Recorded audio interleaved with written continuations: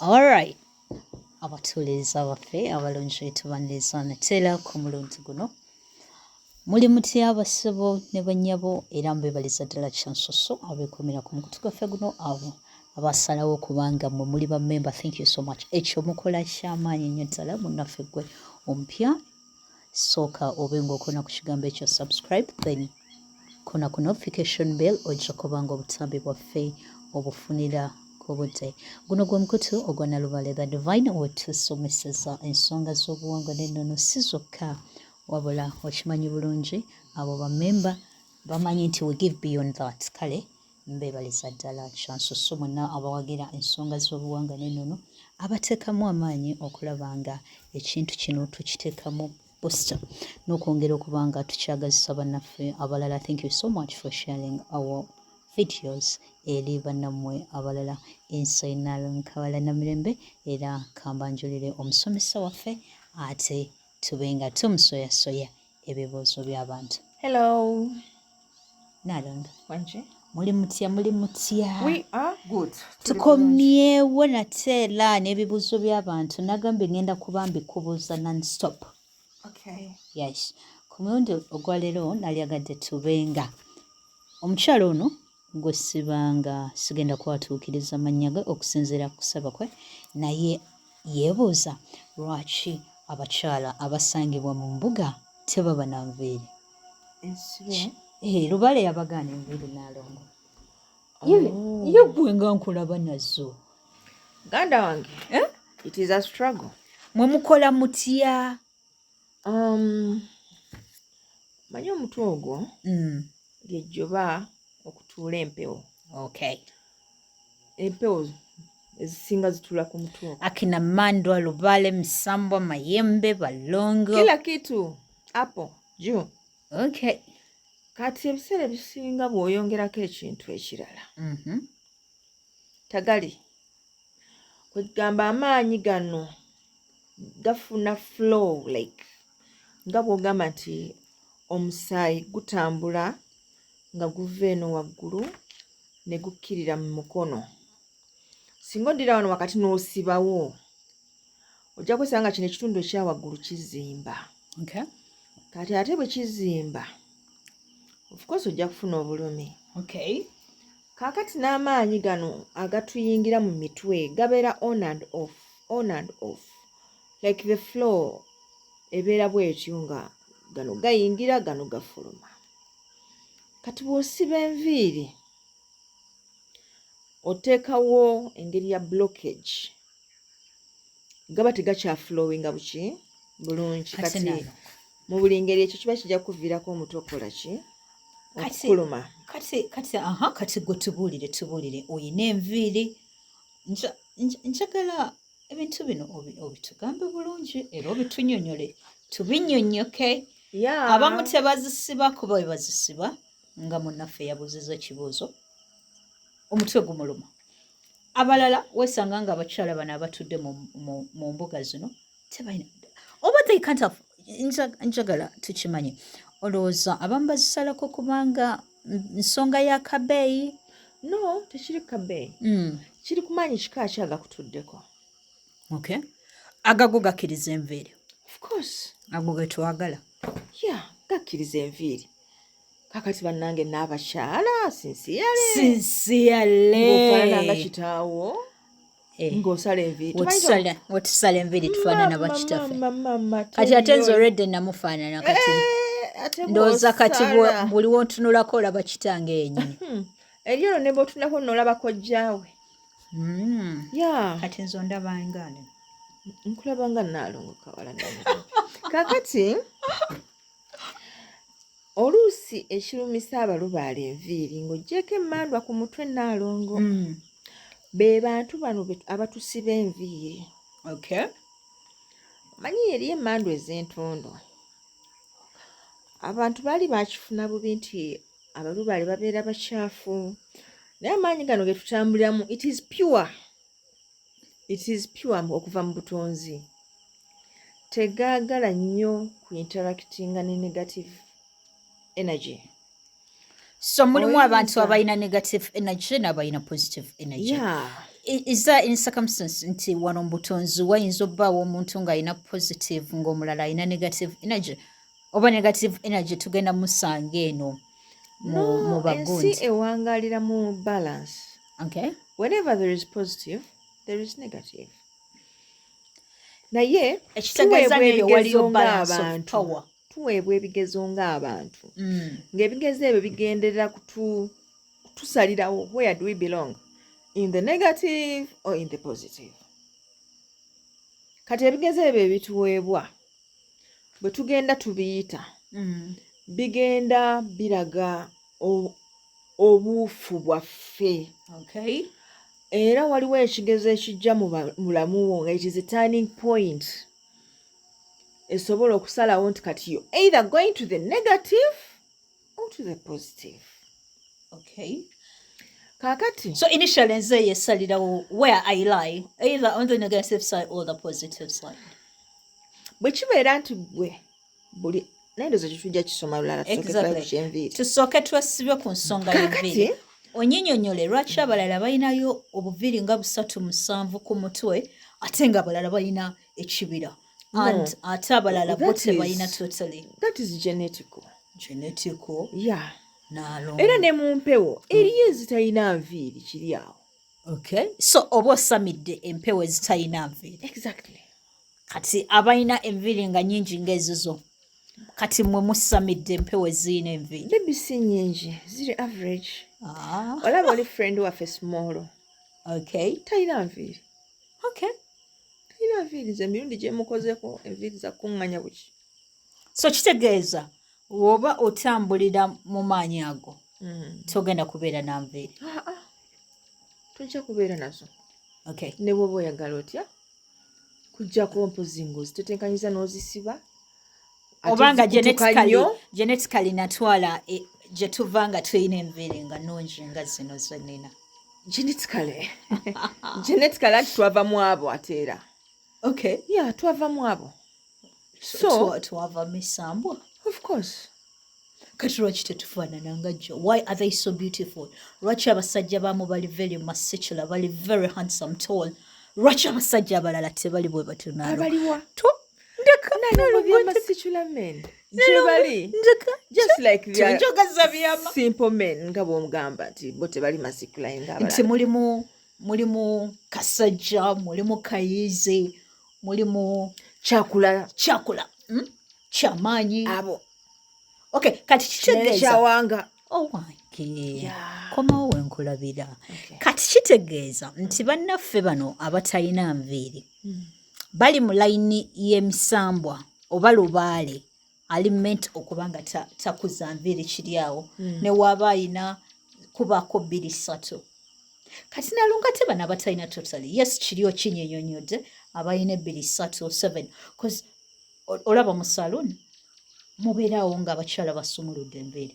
Oli ng'omulaba enviiri baziteeka ku gundi zino kwe ba rolling enviiri. Obimanyi naawe binnyambeko. Rollers, ogamba rollers. Yes, sigamba. Okay. Kati n'olabanga obuviiri buliko nga bubiri bugenze ku gundi banoonya bunoonya here there. Ekyo kinnyonnyodde bulungi ne tukitegeera. Kati ate ensonga y'okuba nga toyina nviiri. Like gwe nga osalako nga ffe bano bannaffe abalala be tulaba. Kakati ate ekyo era waliyo amaanyi agatambulira mu mbeera eyo. Nga oyina faanana ng'abasajja. Not necessarily kubanga ate bo bafaanana nnyo abakazi. Naye nga bo mukama waabwe ye bw'atyo bw'akola enviiri ze. Nalongo kitunnyonnyole bulungi tukinnyonnyoka. Olaba enviiri ku muntu ziringa boga nti antenna. Okay. Ze ziconnectinga mu nsi eno endala ate kati gye tutalaba.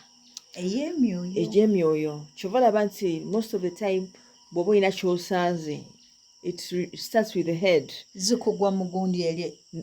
Zeemwa. Oluusi n'owulira ng'ezivuddeko ku mutwe. You know? Zipasiivinga amaanyi gano ag'enjawulo kubanga they are antennas. Okay. Kakati nga bw'omanyi antenna bwe zaakula. Everyone would waliwo eya DSTV. Eringa kibakuli. Ekisowaani kyayo kiri so different. Yes. Ekya Star Times okiraba. Yes. Yeah. Ekya free to air okiraba. Olona buno bwe bakola muhanga. nalongo bwogereko kati nekibanga neeno bwe kityo bwe kikola. But the problem with long hair Mm. nti bwe zikula ate zifallinga back. Ono straight gwe twagala. Zifallinga back. Yet information gye twandyagadde okuleeta mu bwongo bwaffe like to download into us Ayina genda waggulu. eva waggulu. Aha, kati kyova olaba bannaffe bali balina kali akaviiri. Kati kyenkugamba. Kaba kasusumadde bwe kati. Kyenkugamba. Bakasanirira kali east west central. Kali katyo. Ne kasika from all channels and you'll ask. Sajja nga batufuze nnyo. Ekitegeeza bagezi nnyo. Engeri gye kiri nti enviiri zibuli mu ango zisika. Basika. Oh, nalo. Ogenda okwagala omukola kino nga yakitegedde. Nga yasseza. Kati kyogamba bano abalina straight. Zikola ate nazikola. Okay. Yeah. Abakyala ndowooza tubakubiriza okuva ku mbiri za straight. Olaba okuva COVID lwe yajja. Abakyala balina nakyo baby. Balina nakyo. Nga mulungi. Waliwo okuba ng'oyagala okwesiba ku nakyo naye nga nakyo w'omumanyi. Baby nakyo is nakyo. Era ne bwaba afaanana tyasigala mulungi. When you appreciate beauty, todda. Just look at this woman raw as it is. Tasobola gamba nti omukyala ono yes ekintu kye kirungi nnyo wano maaso gafumita galinga mutima gwa mbogo naye kale akabi nako tekagira bulungi. Nalongo lwaki twagala abantu babe nga we have to admit to these facts. You can't look at both at the same time. Toyinza kubanga otunuulidde mu maaso ate nga bw'olaba n'ekiri emabega. Ati nsooka n'endaba maaso then nensooka ndaba ye banango ono musajja. Then you choose. Maaso ali bulala ate mabega nga ate kiri bulala nnyo. Kati gw'osalawo oyagala mu maaso oyagala mabega. Leka naawe. Olina okubaako ky'olondako. Oyagala tugamba toyinza kubeeraawo nga gwe byonna obyagala. Twagala abaana baffe abalenzi okuba nga basiba empale ne zitereera bulungi ng'omusipi gujira. Don't encourage boys to have kabina. Obutafaali obwo bulina engeri gye buyambamu tebulina kye buyamba. Omusipi okola ki okunywerera waggulu. Okunywera mu kiwota. Are you sure? N'abeera nga tabuukabuuka. Are you sure? Yeah. Then bwe kiba bwe kityo omanye ennaku zino abaana bambalira nnyo empale eno wansi. Kyogamba issue ya kabina. Kubanga nalongo you can't have a big butt n'ogisiba you can't. Nalongo egenda kalemesa. You have to be careful ng'ogamba ebintu bino. Yes. Kubanga kati abaana abaddamu okuzaalibwa ngenda bbawo obubina. Era bubawe ate toyomba. N'obubawe kati jjukira obutafaali bugenda ne bukola bwe buti. Okimanyi nti no waliwo kino kyona kino ekito kino kikarimu. Okiraba mbu kiri kavi. Kati talina ngeri gy'agenda sibira mpale wansi. Omwana omulabira ddala enkula ye kati okiraba. Ne kale kwegamba bataata balina engeri gye bashayalinze n'abaana enkula ne tukome. Nalongola kyonziza mbi abataata tudde ku nviiri. First twadde ku nviiri. Twabadde ku nviiri. Okay. So mwana muwala tugambye nti enviiri ezo zisobola okukuluma ng'olina empewo ku mutwe okwo nga nnyingi. Oba nga abakusiba enviiri nga bacaafu. Bacaafu batya? Bacaafu. Explain that further. Okay. How is that? Let me give you an example. Nti oyinza ogenda mu saloon. Nga tebasimuddemu. Abakyala bamanyi okwekolamu omulimu.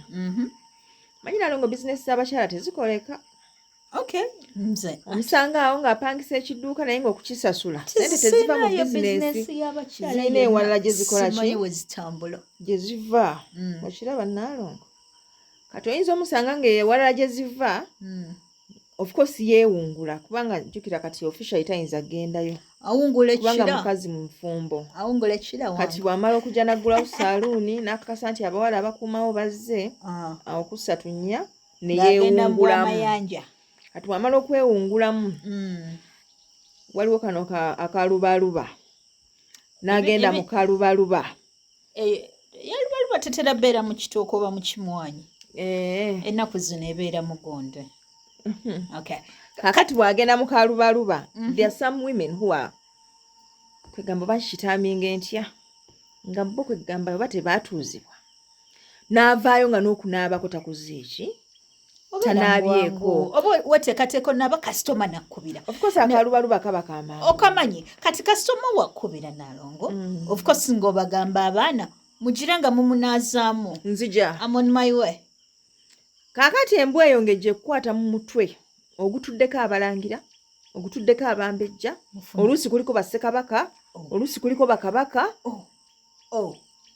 Kaakati ng'olyoka olaba friction eyo, nkubulira Naalongeeza enviiri tezimalayo nnaku 2. Guyinza okukubaluka nekumeramu obusanafu. Gwaba yabikoze oba nze yabikoze. Ebintu byenkoze ate gwe bikuafectinga bitya. Kubanga njagala abantu bamanye bayina omanyi abakyala bagenda ne basiba enviiri leero n'agamba nti zino oba zanjiye nnyama bwa zino oba ate zaakoze bwe bati. And we want to know ono ebintu bye byakola byafectinga bitya mu lubaale ono agenze mu saloni ye.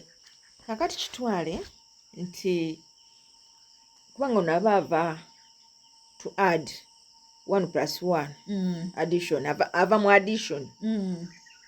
Kati aleese addition ye ate agireeta kugiaddinga ku gwe 1. Kati ate gwe 1 muriperinga, buli lwe muriperinga wabaawo reaction ebeera yakuspikinga. Kati gwe togenda kulaba sparks, mutwe gwe gugenda okukola ki? Okuluma. Kati tusooka abakyala tubabuuza oba baanaabyeko kuddagala nga tebanatukwata mutwe. Kaakati kiri bwe kiti, okimanyi abakyala tetusibira mu saaluuni emu, naye bw'omala okukulaakulaamu kati nga ffe abakaddiyiridde otuuka n'omanya n'ojajinga n'ogamba omuntu ono buli lwasiba enviiri zibeera oke, zibeerayo bulungi, tekirina buzibu. Naye omuntu ono mwemakuze bw'ansiba enviiri walayi bwe mba mpaliriza eba wiiki emu nga zikoze eki? Nga zivuddeyo. Ensonga endala esobola okukulumya omutwe nti nga bwe twagambye nti empewo zijja buzinga bwe zigenda. Oyinza ogamba naye ate lulina zisiba ne zibaayo. Ate what happened this time? Oyinza okuba nga osibidde mu kaseera nga waliwo eyakyadde nga azaagala nnyo nga tayagala kuzimanya nako yadde. Nga tamanyi nti guno omulembe gwe tuliko abakyala basiba enviiri. Yeah, nze it has happened to me. Nti emiguwa gibeerako several times nga nasibye enviiri zange ne bampaana nnyumye nnyo nange ne neeraba nga mutuufu kirabika kyekyo. Only to wake up ng'enviiri nsumulule. Oba nga Saalongo yazikusumulula ekiro. Kwegamba naye yaŋŋamba nti nze kennyini nze mbagamba jangu sumulula enviiri. Ne ntuulawo bulungi ne bazinsumulula. Oba 3 oba 4. Omala oba tobijjukira. Kati nze ate awo mba siriiwokko. Kati onajja ono yalimu kalumanywera. Naye bw'oba omuyina what do you do? Okusobola okusimatuka embeera eyo. What we do, tugula ebiviiri bino ne tubibatwalira mu kibbo kyabwe. Ne bw'ogulayo kimu oba 2 n'obanjulira n'obategeeza nti banaye guno omulembe tusiba enki tugatta ku ze tuyina ne tuweza. Kaakati bino bye biviiri babikola mu bigoogwa ebyo bye bakubanga boolaba omuguwa gw'akagoogwa kati akaguwa ako ke bafumba ne kafaanana bwe kati. Kakati bwe tumugala nga tugenda mu saaluuni nga bazigatta ku zino ezaffe nga tubeera n'enviiri empanvu. Kati ng'ebiviiri ebyo bibalekera ng'era obasaba nti bakama bange nsaba munzikirize ebiviiri bino mbisibe. So for the next for us ataba abatera nnyo okuteekako obuhuman bwaffe. Tuli nnyo bantu ba miguwa, tuli bantu ba human. Nalongo human, I don't encourage human. Kubanga olaba human oyo. Originality ya human hair ava mu bantu abalina ebizibu abalemereddwa. Ba failures. Baba tebalemereddwa abamu bazisalako nga beeyagalidde ne batunda. Bebameka? Mention them. Enviiri zokka z'emmanyi ze basalako ne batunda zino ezabarasi. Ng'oggyeko dreadlocks. Human hair ng'oggyeko buno obuli fake. Dreadlocks. If you do an investigation, you realize nti baba balemereddwa. No, si kulemererwa abeera yala. nagamba lwaki zino dread sizitunda Abantu waliwo bakuza. yazibooking edda naŋŋamba bwe zibeera ku inchi nnya for quite some time ajja kumpamu emitwalo 9 n'otuuka nga bw'omanya embeera nti style emu ekutama n'otuuka n'ozitunda out of 100 bala 1% be babeera mu mbeera eyo but when it comes to ojjukira human we hair natunda ziri ezange Tolina nali ze siina watunda. bizibu oyagala nkugambe gwe naziguza bwe yagagawala eyo story njajja kunyumiza olulala naye ng'otunda ojja ki? kumala kundeeta wano Kiki ky'otunda? ku ntebe we talk about that story tujja kwogera ku kyokutunda enviiri tujja naye kukyogera ate abambala human hair Mm. mumanye nti ebyo bisiraani bya bannamwe bye mwambala ebyo bisiraani bya muntu by'osikira ng'oteeka ku mutwe ogwo kuli bajjajjaabo ku mulubale kiyinzamu affectinga kitya Eh, omulonde kimu affectingira ddala kuba kati zino bantu enviiri tebajjajjaabo ne bemikisinga n'abange oba tutte ebisiraani kati jjukira bibuutikira ejjoba lino bibuutikira ejjoba okay nalongo tukitwale nti eyasalako teyasala out of bad luck how can you know kubanga bwe baba bazireeta lumu abagenze ku tempo ne badonatinga n'abagenze ku tempo nga bannamwandu ne babasalako zonna bamala ne bazimikisinga wamu oh that is the good part of the story so you can't know nti ono yali yadonatinga budonatings ono bakimukola out of bad luck okitegeera so eriyo bano bankola straight omutwe ne gunnuma nkola straight ebizigo ne binjokya nkola straight siddamu kufuna mirembe naddala nga bakutuuziza mu kidry ekyo era kimanyi tufuna ebizigo ne tubitwalayo mu kibbo kyabwe ne tubyanjulayo okay eriyo bano baneesiga ebizigo binkola biki era ng'oyagala okukwata mukko emirembe. nalongo ng'oyagala okukwata mukko ku kakala kano okajja ku eri kala esiiwuuke amangu eta bakiyita ku glowinga kulinga lighteninga omanyi guno omulembe guliko ebintu bingi so ng'oyagala okufuna ku ebyo ebiri ku guno omulembe kati era mbagamba mbu njagala tu lightening mukko njagala tu glowing mukko abakyala n'obakoola n'obanjulira n'omugamba nti mama nakayima kino nno okiraba ogenda ku lightening baagala ogenda obulungi ku abo glowing era abantu abasobodde obbalabako bagamba nti balungi okay kati so wano there is no way bayinza twagala nga tuli basiiwuufu kitegeeza wano it is for us it is for our own advantage it is for our own good okay and someone will ask bwe mmala obiteekamu nkola ntya exactly ndowooza ekyo kibeere kyalulala kati newembeera nyambala obukondo kuba waliyo abakyala nga wayambala akakondo agwa ekigo yeah obirabe nalongo on so many occasions to obimanyi ebyoko jukira zigomesi tubeera tukwataganye hiyanza nga si maalo g'e Masaka tekaba nalongo ova ku bantu b'e Masaka abo bantu baffe bamunda mundanda